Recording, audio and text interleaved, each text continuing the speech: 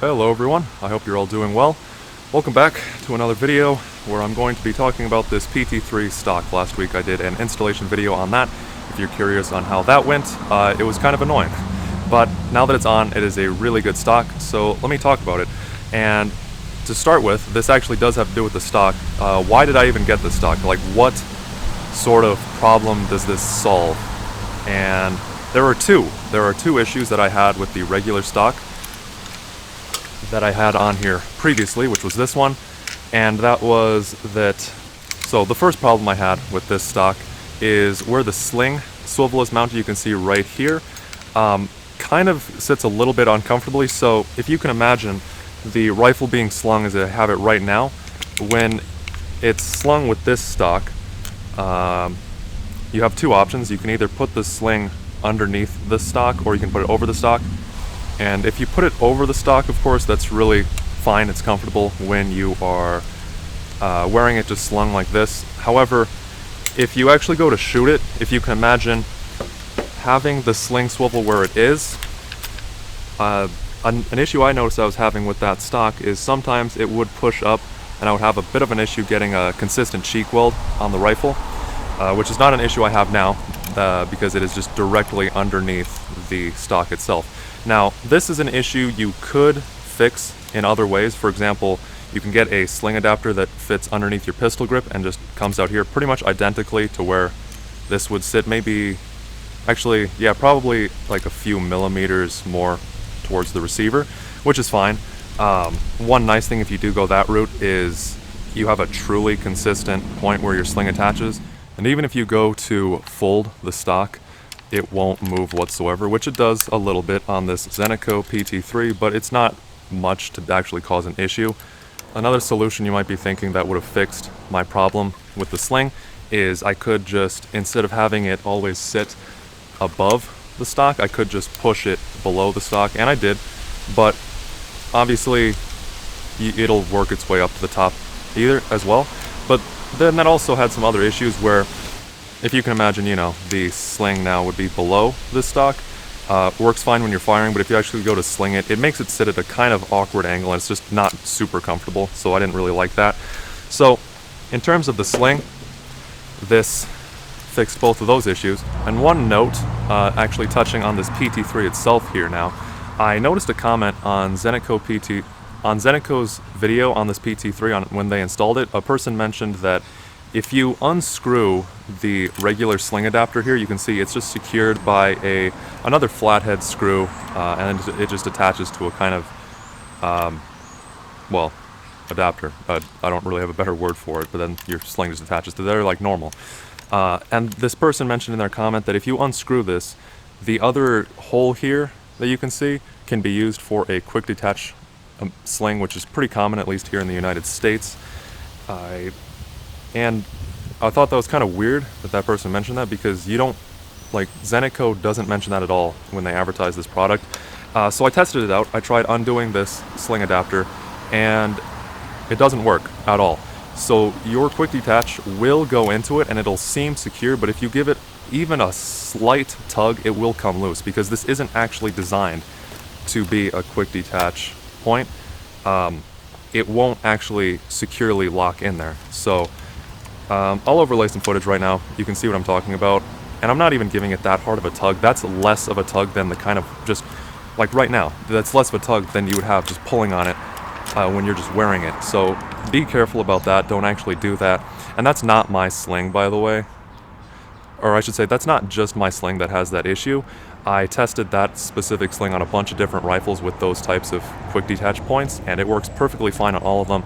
And I actually tested several slings and just those quick detach adapters on here, and none of them work. It's just this stock. So it's just purely a coincidence that, you know, this looks like it would work. It seems like it'll work if you just drop it in, but if you actually go to sling the rifle, it will come loose. So just be aware of that. But then I had another completely different issue, which was I didn't even notice this for quite a long time until the summer started. But back when I was shooting this a lot with the LPVO, which I have taken off right now, but normally I have it on here, and I noticed that to get a proper eye relief in the winter, I had a nice consistent point, but when I came to the summer and I was wearing lighter clothes, I was actually having a lot of issues lining my eye up properly. So having an adjustable stock, which this is, you just got to loosen this back here, and I got it tightened down pretty securely right now. While I'm on this lock here for the adjustment, I've noticed that under recoil, and I'm only using a 545 AK-74, even this is enough to slowly get this to unthread and just come loose.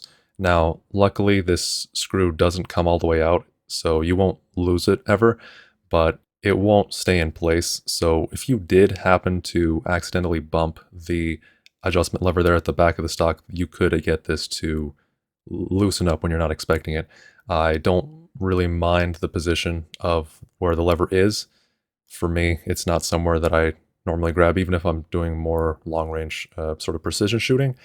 However, it doesn't work that well, and this isn't a part that I would ever want to Loctite, you know? That's kind of defeating the purpose of adjusting the stock. It's like I would want to lock it down in one spot, and then later I would want to adjust it, as I was mentioning, based on what I'm wearing or the temperature or other factors, whatever they may be. But then you can just secure, but then once you undo that, you can just adjust it to any length. I prefer to have it just all the way out. That's a pretty comfortable length for me, but you have all this range of adjustment in between, and this is as short as it'll get here. That'll also work if you're wearing body armor, but for me, primarily, it's an issue just with winter coats or the lack thereof in the summer. As for my experience so far with this PT-3, first off, I know on the PT-1 some people were mentioning they get a lot of kind of cosmetic cracking happening around this area, and I haven't had any of those sorts of issues on this PT-3, which is good. I don't know how well it'll hold up in the future, we'll see. One thing I have noticed, so some people mentioned that you need to do a bit of filing on a AK like this SLR-104FR if you have the side rail, as you can see. And I didn't have to. However, you can notice right here, this is where the stock hits the side rail, just collides a little bit. It still goes in. If I fold the stock here, you can see it does lock in place, but just down here it does hit a little bit on the side rail. And one more note about that, I believe, so the PT-1 stock will fit if you actually have a side mount attached, whereas this PT-3 will not. It's more of a, it's a different, much different profile to it.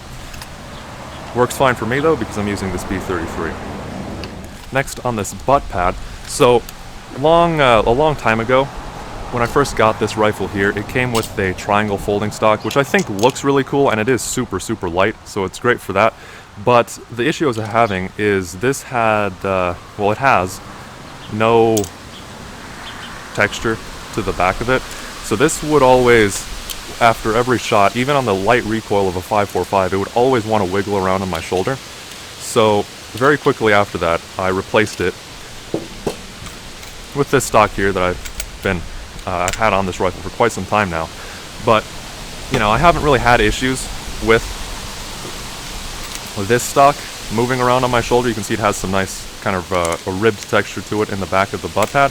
But although I haven't had an issue with it, I will say this one is even more of a sure grip on my shoulder. So quite nice. It does help to manage the gun. Now it doesn't, obviously it's a stock, it doesn't actually reduce recoil or anything like that, but it does help me to kind of secure the gun more, because it actually has such a firm purchase on my shoulder. Now on that note, another reason for that might be a little bit of a disadvantage to it. I noticed, like right now, so when I'm using iron sights set to 100 meters, if it gets a bit higher, this isn't an issue, but at the 100 meter setting, the lowest setting, you, at least, I shouldn't say you necessarily, but for me, how I normally like to get a cheek weld and all that, it's a little bit tough to line the sights up because of the cheek rest on this is a little bit higher than I would like. Now, this is an adjustable cheek pad, however, this is the lowest position it can go. When I have the LPVO mounted on here, this lowest position sits perfectly. If you have like a EOTech or something, This has 3 positions to adjust to, and that would probably be comfortable to go to like the mid position, for example. But another thing you can do is you could just remove this entirely. Zenitco makes longer cheek risers, for instance, and you could just replace it with that, or you could leave it off entirely. But the reason I'm not removing it is because it works fine now in the summer. I'm not going to have this issue, but underneath this, if I actually just take this off, and this just unscrews, you can see here.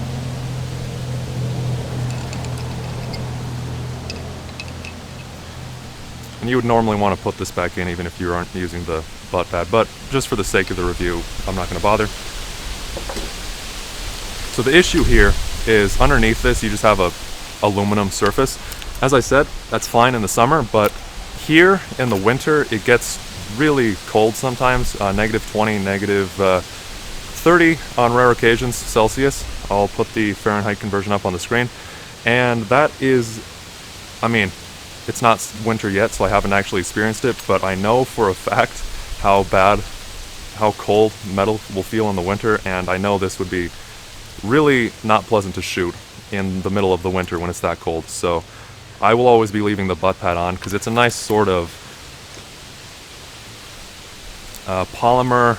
I don't know if there's any rubber. It feels like there's probably some rubber to this, but it's just, you know, a nice texture that doesn't get too cold or too hot.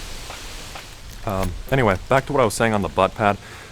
One more thing about it is Zenitco does make replacement butt pads as well.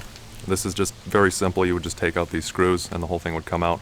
And they make a wider replacement. This ships with just their narrower version. I think that the wide version would probably help to spread out the recoil, especially on a 7.62 by 39 AK more. But at least on this 545, I haven't had any issues, but we'll see. I'm planning on still just getting the wider butt pad because I think those are generally more comfortable anyway, even without the recoil. It might make it just more manageable. We'll see. Alright, so let me talk a bit about disadvantages of this stock now. A big one is, although this might look like you could fit your stock tools in it, you cannot. There is no way to fit the stock tools that would normally fit into your just standard polymer type of stock here in the rear. And then the other issue is the weight. I've already recorded a segment on this that I'll just cut in here where I actually weighed it. The exact weight of it, I'll just put it up on the screen. Just keep in mind, my scale is ever so slightly off, but for a comparative weight, it works fine, and that's what I'm doing here. So comparing the weight of this to the regular stock. So to compare the weight of the standard stock, this is including the stock tools inside of the stock, we've got a weight of 398 grams. Yeah, 398 on both sides, so that's a reliable weight. We've got 524, 526 around there on the Zenitco PT-3, so it is heavier. Now if I compare this without the stock tools, which, I don't know, might actually be a bit of a more fair comparison because, I don't know, there is no way to put the stock tools into this PT-3.